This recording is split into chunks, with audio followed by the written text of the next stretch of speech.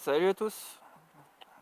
Alors c'est encore une vidéo où il faut bien comprendre le contexte dans lequel je pose cette idée. Parce qu'en vrai on peut la contredire de 50 000 façons différentes à partir du moment où on change le contexte en fait. C'est une vidéo qui va partir de mes observations et de la propre de l'étude de moi-même en fait, du comportement que j'ai eu, de l'introspection que j'ai fait, de la compréhension que j'en ai eue. Et une fois que tu as fait tout ce taf-là, tu vois facilement les gens qui ont le même travers en fait. Je sais pas comment je vais l'appeler, mais probablement un truc genre ferme bien ta gueule, un truc comme ça. J'ai pas encore choisi le titre. C'est sur alors à pas confondre avec l'humilité, être humble quoi, chose que je trouve parfaitement débile. Parce que être humble, ça veut dire, dans un sens, tu fais comme si tu n'avais pas de capacité, ou comme si tu devais les cacher, ou comme si tu devais pas en être fier. Ça, c'est con, je trouve. À ne pas confondre avec l'opposition qui est de se mettre en avant constamment, justement. Donc c'est de repérer le moment idéal pour fermer sa gueule en fait. Particulièrement quand on communique avec un autre être humain. Et tout dépend le mode de communication, je pense que je préciserai ça doucement. Ce qui se passe chez les gens qui ont des capacités intellectuelles, la capacité de raisonner, de logique, ceux qui aiment bien apprendre de nouvelles choses, qui sont des boulimiques d'informations. Ce qui arrive souvent à ces personnes-là, je dirais entre 15 et 25-30 ans, c'est-à-dire au moment où ils commencent à comprendre qu'ils ont un peu des capacités analytiques supérieures à la moyenne des gens. Ça, c'est quelque chose qu'on comprend par soi-même en général au bout d'un moment. C'est qu'il y a un sentiment très noble finalement qui s'installe. C'est qu'ils veulent aider les gens, ils veulent partager ce qu'ils savent, ils veulent partager leur logique, ils veulent partager en fait. Ils se rendent compte qu'ils ont un truc qui fonctionne bien en eux et ils veulent en faire profiter les autres. Sur la base, ça reste assez noble. Et derrière, le grand défaut de ce fonctionnement,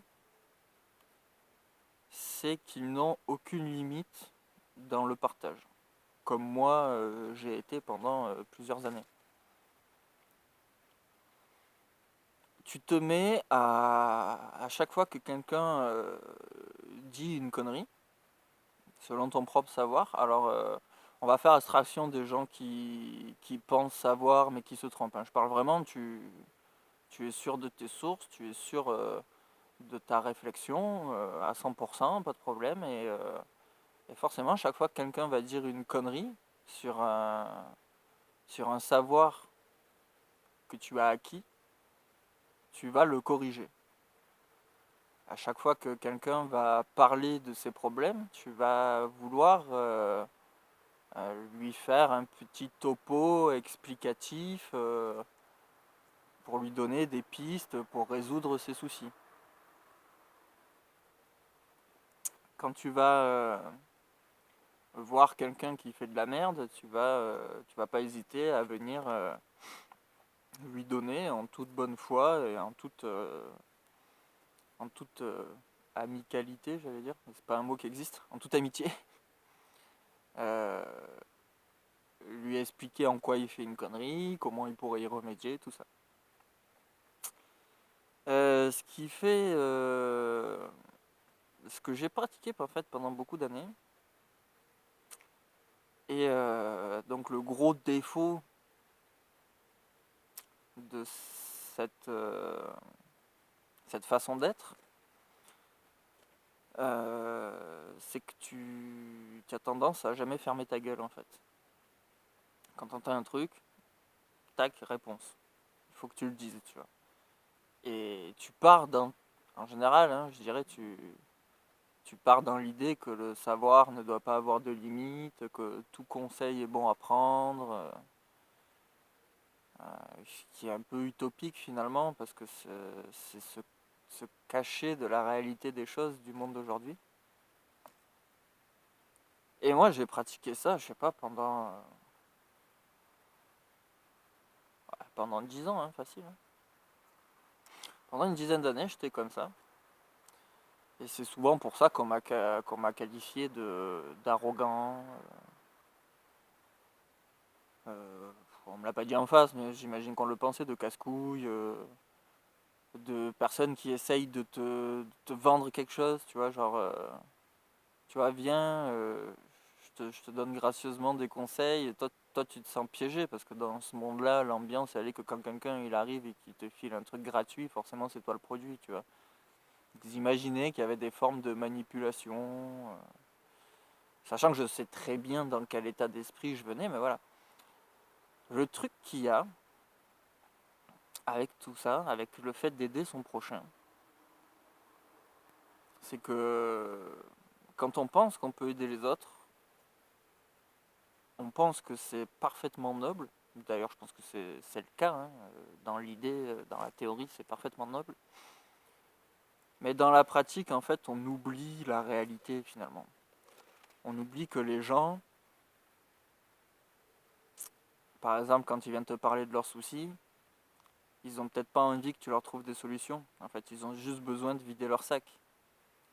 Donc là, à partir du moment où toi, tu es dans ta pensée et que tu trouves des solutions à cette personne, forcément, tu réponds pas à ses attentes. Si tu avais été suffisamment conscient du moment que tu étais en train de vivre, tu savais que cette personne avait besoin de vider son sac. Il y a des moments où les gens ne sont pas prêts à entendre tes solutions ou tes esquisses de plans pour régler ceci ou cela. Et, et forcément, tu parles dans le vent en fait. Non seulement tu parles dans le vent, c'est-à-dire tu n'auras jamais l'impact souhaité avec tes paroles, mais tu auras même tout un tas de conséquences que tu ne souhaitais absolument pas, qui te semblent aberrants, parce que ça te semble aberrant qu'en donnant des bons conseils de bonne foi, on te rejette finalement. Et c'est parce que c'était tout simplement pas le moment. Il y a des gens, ils sont pas prêts à entendre. Euh, c'est pareil, il y a des gens qui préfèrent ne serait-ce que trouver leur chemin par eux-mêmes. À partir du moment où tu leur expliques comment ils pourraient pratiquer leur chemin, ils ont l'impression que tu les déshumanises de leur âme, dans un sens. Même si j'aime pas bien ce mot, mais tu les rends spectateurs de leur propre vie, parce qu'au final, ils n'ont pas eu l'idée, ils suivent les conseils d'un autre. Ils vont trouver tout un tas de raisons pour mal le prendre. Hein. Ça vient pas de moi, c'est pas forcément bon. Les conseils qu'il donne, ça ne s'applique qu'à lui-même. Moi, je suis un autre individu, donc forcément, ses conseils sont en décalage. Tout simplement, quand tu remets en place les... Bon, par exemple, je vais te donner un conseil. Un conseil. Je vais te donner un exemple qui s'est passé avant-hier. Donc, c'est le réveillon de Noël. Euh, on est invité chez les grands-parents de ma femme. Et donc, il y a toute la famille, en fait, de ma femme. Hein. Il y a son arrière-grand-père, son arrière-grand-mère, il y a sa mère, sa tante, ses deux cousins, moi, ma femme, trois enfants, enfin tu vois, ça fait une bonne tablée, tu vois. la femme du cousin, enfin voilà, il y avait du monde, tu vois. Et à un moment donné, il rentre dans le délire il y en a un, tu sais, il mouille son doigt, tu sais, et il tourne autour du verre comme ça. Et il fait chanter le verre, il fait siffler par vibration. Et du coup, ah ouais, machin. Et t'as la moitié des gens qui disent moi je sais pas le faire, comment on fait, tout ça. Ils commencent à prendre un verre, à mouiller, on leur explique un peu la théorie, tu vois, il faut chercher le petit moment vibratoire. Bon, si tu sais le faire, tu comprends ce que je suis en train de dire. Si tu sais pas le faire, bon ben, un jour peut-être tu sauras. Et après, en fait, ils ont commencé à dire un truc. Enfin, voilà, quand tu as le savoir, ça te semble un peu aberrant. Quand tu l'as pas, tu t'en fous finalement de ce que dire. C'est genre, ça ne marche qu'avec les verres en cristal. Et là, tout de suite, je me penche. En fait, j'avais déjà un peu l'habitude, moi, de fermer ma gueule. J'allais pas dire comme ça, à l'arrière-grand-mère, tu vois, le verre en cristal, ça n'existe pas, tu vois. Je dis à ma femme, j'ai fait, tu sais, c'est quoi la différence entre le cristal et le verre? Ma femme, elle me dit non, tu vois. Je lui dis, bah, il n'y en a aucune, en fait. Le cristal, c'est du verre. Il n'y a pas une autre matière qui s'appelle le cristal. Ça n'existe pas, cette matière. Alors après, j'explique, ça vient d'une d'une forme de déformation parce que le verre, c'est la silice. La silice, on le retrouve dans le sable des plages, mais on le retrouve aussi dans les carrières de silice, les mines de silice, qui sont sous forme de quartz. Le quartz, c'est de la silice cristallisée. Et donc les plus grands gisements de verre pur que l'humain a pu exploiter, en fait, c'était des carrières de quartz, c'était des mines de quartz, c'était des cristaux, des, un cristal.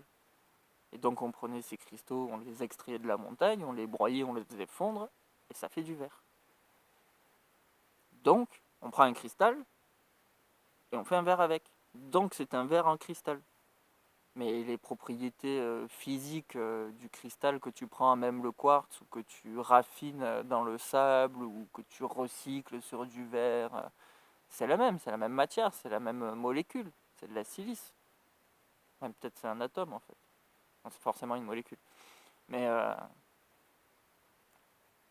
donc, quand on te dit un verre en cristal, en fait on te dit un verre en verre, quoi. Mais c'est plus classieux, tu vois. C'est comme quand on te dit, tiens, c'est un meuble en bois massif.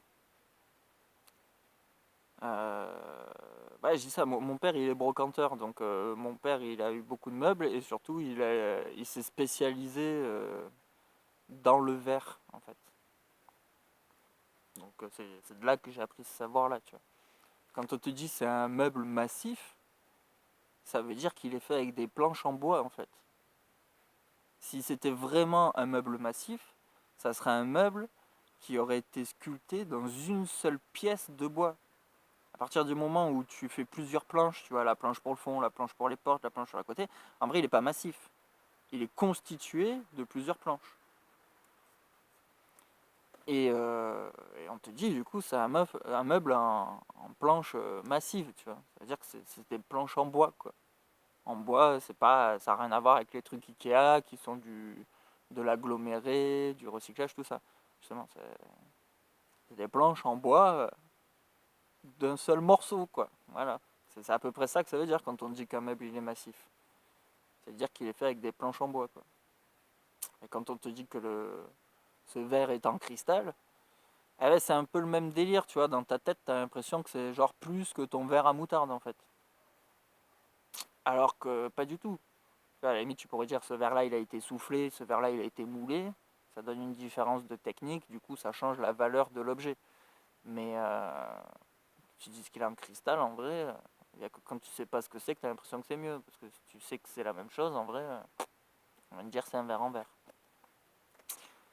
Et du coup, ma femme, elle fait ah ouais, genre comme ça. Et en fait, les gens de la famille, hein, ont entendu que j'avais fait, que j'avais dit un truc à ma femme.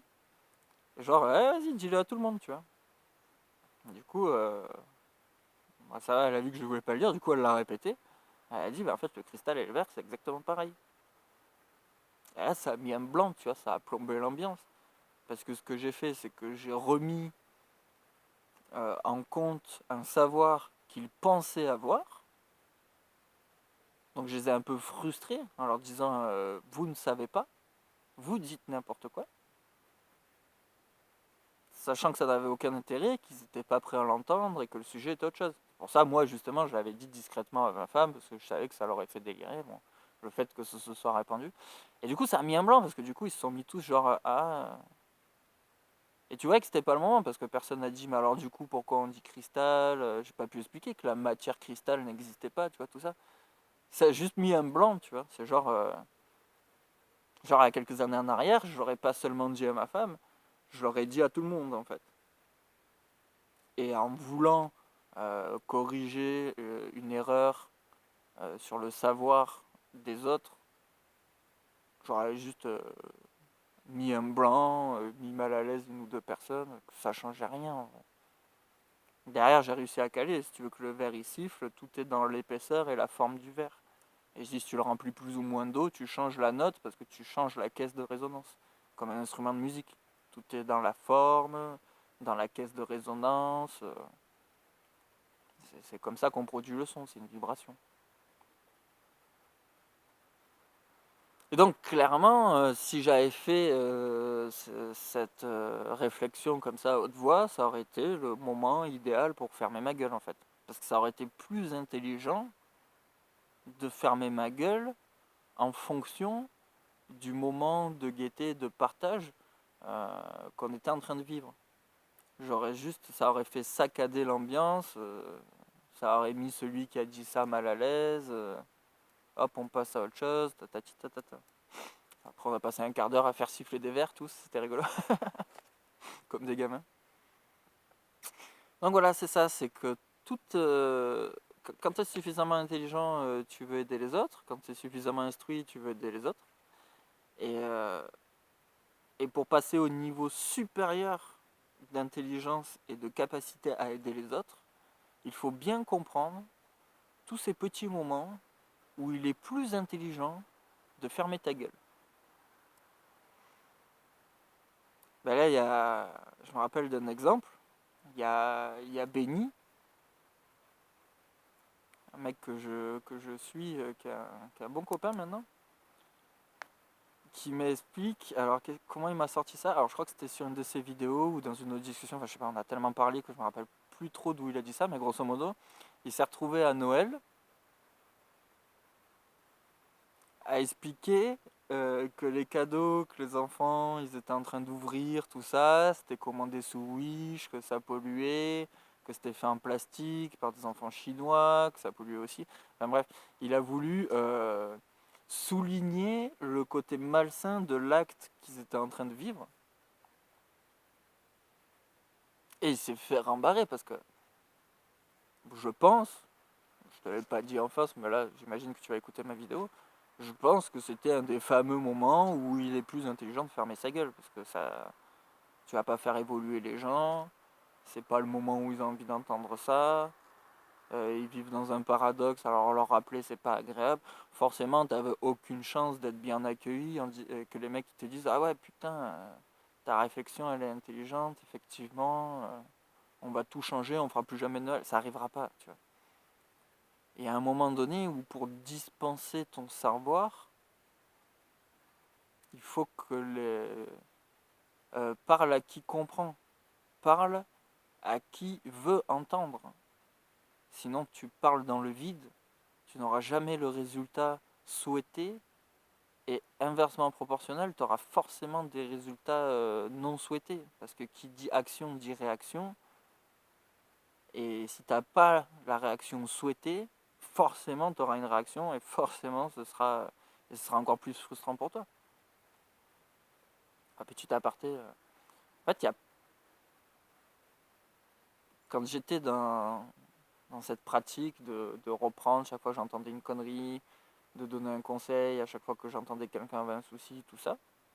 Moi, je faisais pas ça genre dans la rue et tout, tu vois. Je faisais ça qu'avec les gens de mon cercle.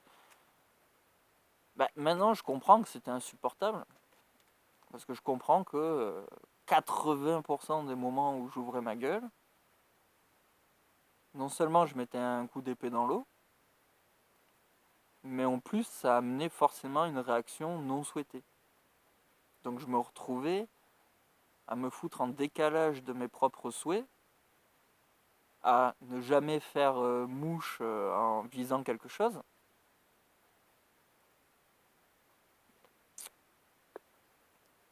Du coup, tu commences à avoir la haine de ton prochain parce que tu n'es pas encore dans le stade où tu te remets en compte.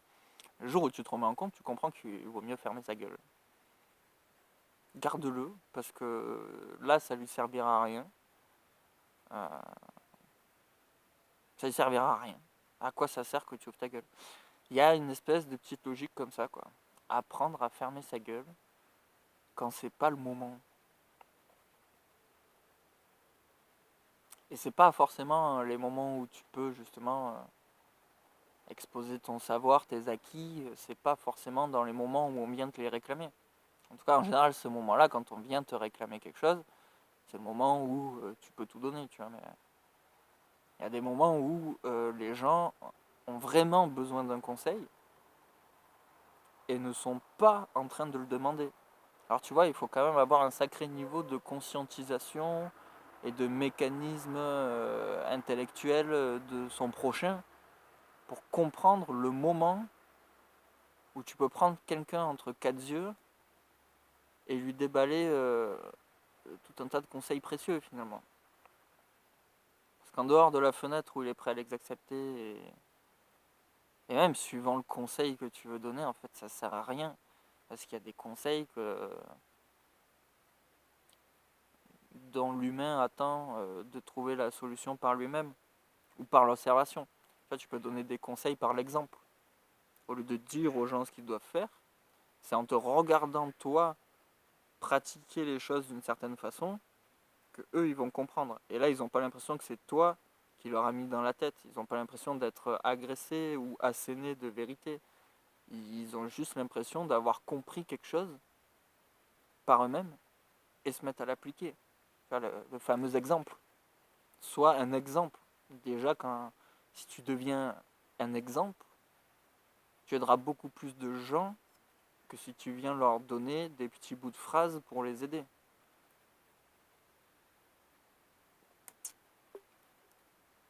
Sans parler qu'au bout d'un moment, si tu te mets à trop parler, à trop donner des conseils, du moins à les faire systématiquement, c'est forcément, tu vas donner de mauvais conseils, tu vas donner des conseils qui ne sont pas adaptés à la personne à qui tu voudrais en faire profiter. Tu vas les donner au mauvais moment, tu vas en donner trop. Même cet effet de trop peut tout simplement amener à un rejet.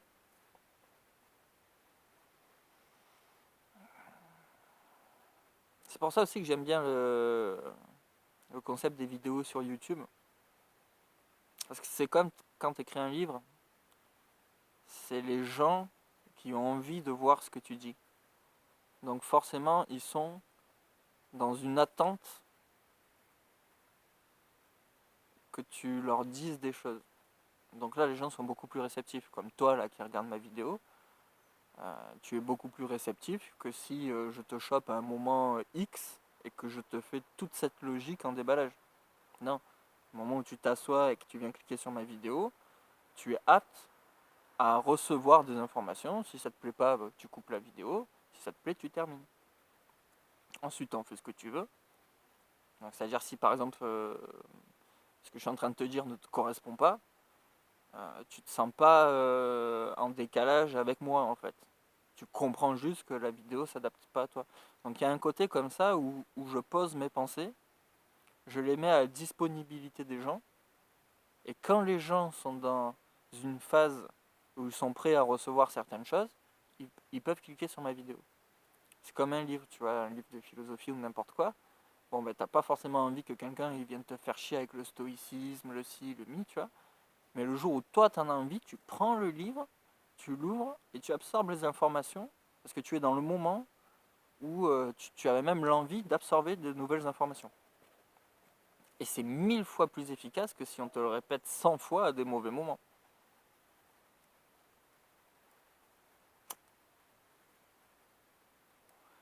Bon, le matraquage de conseils a aussi certaines propriétés pour modifier le comportement des gens, mais ça ne se pratique pas, ça dépend le degré d'affinité, tu vois. Moi, je peux répéter plein de trucs à mes enfants, je peux dire à ma femme, à mes amis proches, mais à partir du moment où tu es à un degré un peu plus loin de ces rapports, tu fermes ta gueule, c'est tout. Si tu vois vraiment que cette personne a besoin d'un conseil, qu'il lui manque ce conseil, sur des trucs durs de la réalité, que toi tu seras apte à lui donner, tu peux te permettre de faire une petite parenthèse, mais c'est surtout dans l'esprit de systématiquement reprendre une fausse donnée, systématiquement donner un conseil. En fait, ne pas repérer les moments propices, c'est vraiment... ça devient un poison parce qu'au final, tes capacités légèrement supérieures à la moyenne ne te permettent pas d'aider les autres, te ramènent beaucoup de retours négatifs, et tu deviens frustré, tu te sens isolé, tu te sens... si tu montes pas dans un ego trip où tu te sens de plus en plus supérieur parce qu'ils sont tellement cons que quand tu leur dis ils comprennent pas, tu vois, là tu es en train de te perdre en fait. Tu pars sur une qualité et tu rentres dans un ego trip et tu fais de cette qualité un défaut dans ta manière de la pratiquer, forcément. Ouais. 26 minutes pour expliquer ça.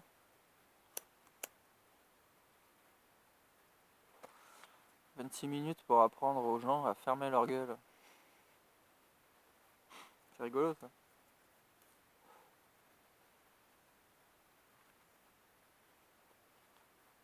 Ouais, et surtout ne vraiment pas confondre ça avec l'humilité. L'humilité en soi-même est une connerie monstrueuse, je pense.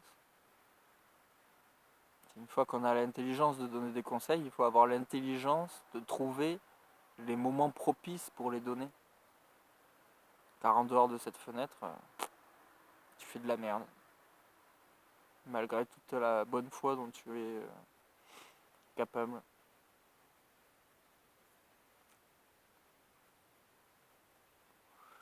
Ça rejoint un peu ma vidéo de hier ou d'avant-hier, enfin la vidéo d'avant quoi.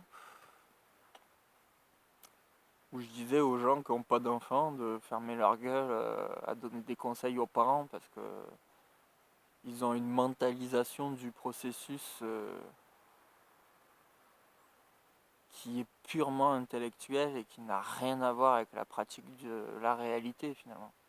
Même moi, avant d'être parent, ou quand mon gamin il avait moins de 2 ans, j'avais des structures mentales très bien établies, on va dire, qui faisaient que, ouais, alors mon enfant, moi je ferais comme ça, je ferais pas comme ça, puis ça je le ferais pas, et tatati et tatata.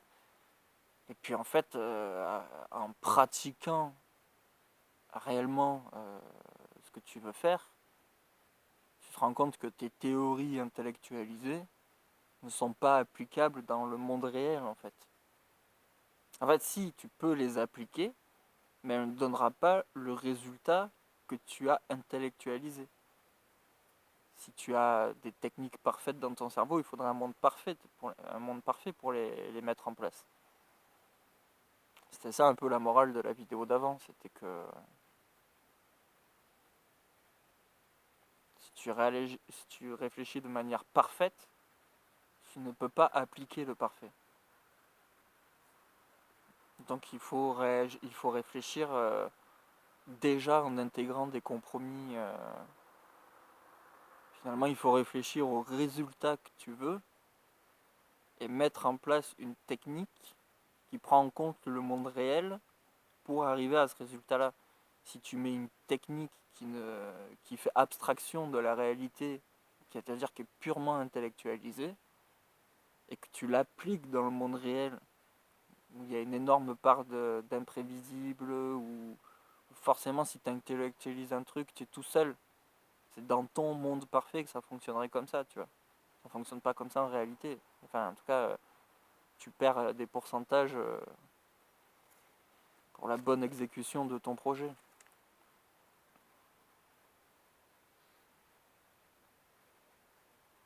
Donc si toi tu penses pouvoir aider ton prochain, commence par arrêter, reprends une période pour étudier ton prochain, les gens que tu veux réellement aider, les gens avec qui tu veux les élever, tu vois. Tu peux t'élever ensemble aussi, c'est pas juste moi le professeur, tu vois, mais cette bonne intention, garde-la, mais prends en compte les paramètres des, des fenêtres d'ouverture pour pouvoir faire ça, parce que sinon ta bien-pensance et ta bonne volonté se transforment en merdier qui t'emmerde toi, qui emmerde les autres. Espérant que tu aies les capacités de pouvoir, au-delà de comprendre les choses, comprendre les bons moments. Comprendre et trouver les bons moments, les repérer.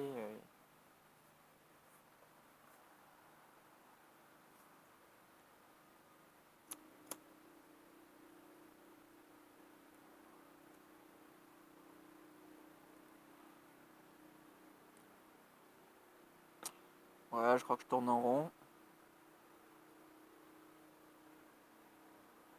Bah, je vais en rester là du coup. Écoute, salut, bonne journée, merci à tous.